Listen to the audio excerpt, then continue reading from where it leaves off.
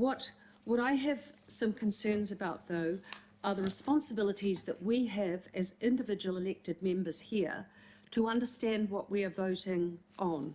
So I, as a courtesy, talked to the Mayor prior to this. At the workshop last Wednesday, I raised matters in terms of how the consultation process might be undertaken, and I am very grateful for the concessions that have been made and the B that has actually been put up today that will give some assistance, I think, in giving the meaningful consultation.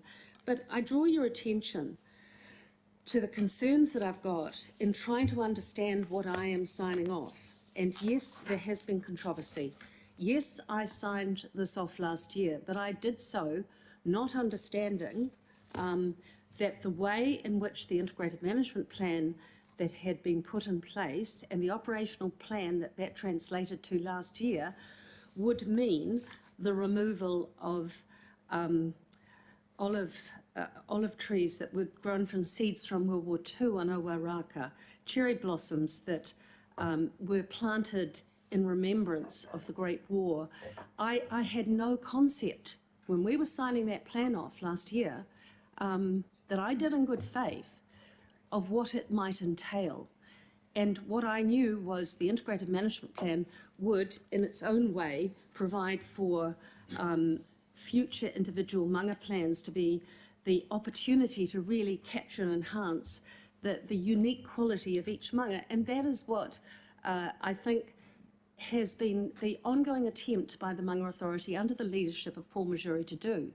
But our role and responsibility is to actually understand what we are voting for.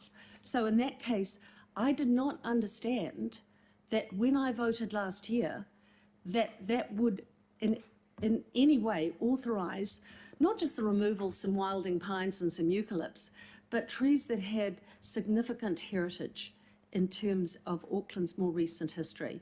But I don't want to use Owaraka because it's the subject of a judicial review today. I would prefer to leave that matter for the courts to work its way through. But I draw your attention to page 82 on the operational plan. And the only way that as I've tried to work through what it means for other manga, when I look at the budgetary requirements that we've got for the protection of and restoration work of the Tupuna Manga, and where that's the only section that I can understand that actually relates to the removal of vegetation and reinstatement and revegetation. And then when I apply that to the individual manga, and in the case which I pointed out to the Mayor prior to this meeting, if you were to say, if you take Mangaika and North Head, there's no detail there. So do we know what we're signing off today? Do we, while it came later because of issues, as Paul Majuri has said, where it was transferred later than other manga, what authorisation do we actually give on that? And if I were to ask officers, and perhaps that is my question, could you please relate to me those provisions on page 82 for each of the individual manga? What does that actually mean in terms of vegetation removal as we go forward? What does it mean in the consultation? How do our public actually understand what is being proposed if we go through each individual manga? I think that is the sort of information I want to have before I sign off. I have been a strong advocate of all members of this governing body signing off on the LTP and on the budgets of the Manga Authority. And it really is, it's heartbreaking to actually find myself in this situation. But I want to know where there are going to be matters that we will now know are controversial, that then become the subject of judicial reviews. Where is the detail on that vegetation removal? And where is the breakdown of those individual trees, particularly where there may be sort of historical context, heritage context? I'm disinterested in what would be normal. And I come from this as somebody who's worked in the ecological field for a very long time through the Motatapu Restoration Trust, and I think the reputation of what we have been able to achieve over the last 21 years speaks for itself in terms of ecological gains. I'm not trying to be vexatious here. What I simply seek to understand is setting aside that standard vegetation which is important to have removed, where is the detail of those trees for the individual manga for me to understand? I am also... Yeah, Councillor, I think we've got the specificity of that question. It's a that is the 6-minute question. That it needs to be, yeah, I'm happy to put that. So that in the context also... I'm happy, sorry, let me get an answer to that. We've got the question. It's around the specificity of what the operational plan might involve in terms of the removal of vegetation. So, and also where that counts in terms of revegetation and fire risk right at the moment. Okay, those two questions there. Phil Wilson. Your Worship, if it's okay, we'll handle this in two parts. I'd like to ask Meredith to comment more generally on what we would expect to see by way of level of detail in an operational plan and what the legislative context around that is. And then when that's happened, the Chair will comment on the question of plans around specific maunga. Thank you. Meredith. All right, so as Phil mentioned earlier, the purpose of the operational plan is to set out the framework under which Auckland Council undertakes the routine management at the direction of the Maunga Authority. So it essentially sets out the broad purpose being to set out the funding levels and the level of service agreed. So historically, we've seen those operational plans not containing that level of detail, and we wouldn't generally, under the terms of Section 60, expect that level of detail to be contained in the operational plan. And as you know, it's not specifically outlined there at present. We don't think it is a statutory requirement to contain that level of detail, although a conversation about what level of detail is appropriate is one to be had with the Maunga Authority. Thank you. Paul. Kia ora no. It's an important discussion in terms of what it is the Council is actually deciding here. And I won't be purporting to give advice to the Council, of course. That's for yourselves to take your own advice and make your own decisions. But again, context is important. The authority is not asking, and nor does the legislation provide for this, for Council to decide in approving the draft operational plan to go out for public engagement, whether it's approving a specific project by the Maunga Authority. That is not what this is about. The statutory authority to undertake that work and the decisions rests with the authority, just as for matters within the purview of Council, that is for Council to make its decisions. It's not, for example, the authority to make its views as a requirement of Council's decisions, what it believes should happen on Council land, if I can put it in that way. So, for example, projects by projects, whether it's involving pedestrianisation, capital projects, that is the role of the authority. What this operational plan does is to, and this is a very high level general summary, is to deal with, one, the information required by the legislation which we have provided in this plan, consistent with previous years, and also that we're consistent with our funding envelope. And so, to draw one comparison, I'm not aware that Council's annual operational plan sets out tree by tree across nearly 490,000 hectares, all the trees that are going to be removed, every rubbish bin, every council seat that's going to be there, because that's the logical corollary of what's been raised in terms of folk being aware of what the budget is. Again, what I emphasise is we have our respective statutory roles.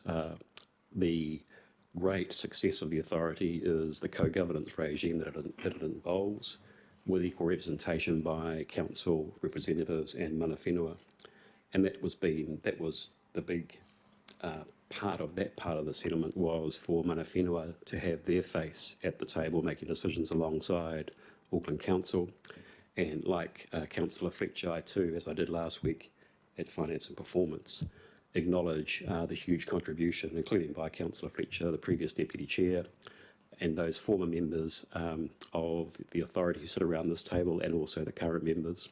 And that's what we continue to enjoy, is that very strong, constructive and collaborative working relationship. Thank you very much. Further questions? Councillor Walker. I think for me, the issue around particularly the trees is that what I see is something that's much more than just occasional maintenance. It's the removal of a significant amount of stock of trees that have established over many years and will be very difficult to replace, and they're very visible, and some of them arguably are quite special to certainly people in the vicinity and others. And I guess my concern is that, as far as council is concerned, it's our operational budget that's funding that, and we may have some limitations, but it would be useful to have more visibility over what is occurring. I doubt whether within the next 100 years or 200 years there'll be the same level of removal of vegetation that's established over an equal period of time. So I think I'm just espousing a concern that many Aucklanders have certainly put. Paul Majuri. Yes, Councillor is quite right in the sense of the detail of the restoration program, and I'll probably get the numbers slightly askew, but I think the order of magnitude will be relevant. So over the next several years, around 75,000 new native species will be planted. Several thousand have already been planted. By comparison to, and I won't have the exact number, maybe around 1,500 to 2,000 exotic trees, and that's not every exotic tree on every maunga. And so the point is, this is part of the vision of the Tupuna Maunga Authority, clearly signalled in the Integrated Management Plan and in the strategies. Those are the subject of public submission. The submissions made it clear that the public were quite aware of what was proposed in terms of the overall vegetation restoration program.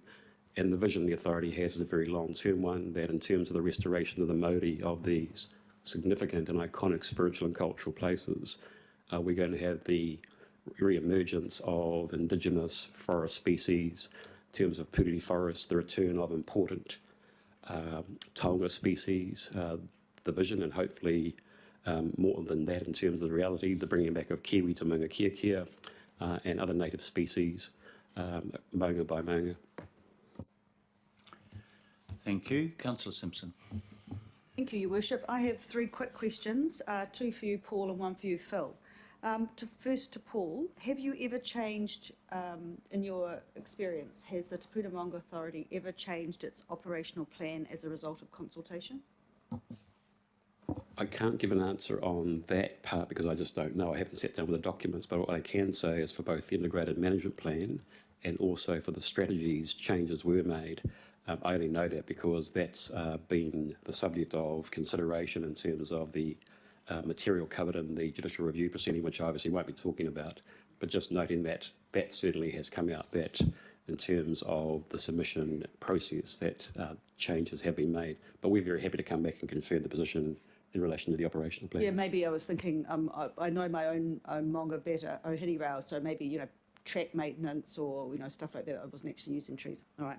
My second question, if B goes ahead, and I do support B, is will someone from the Te Puna Maunga Authority attend something in every area that has a maunga? For example, I'm interested in, obviously, from my community's perspective, Ohini Mount Hobson is in my ward. We'll have a consultation around that. Does that mean that someone will be there to support what will happen, the consultation material as it directly relates to that maunga?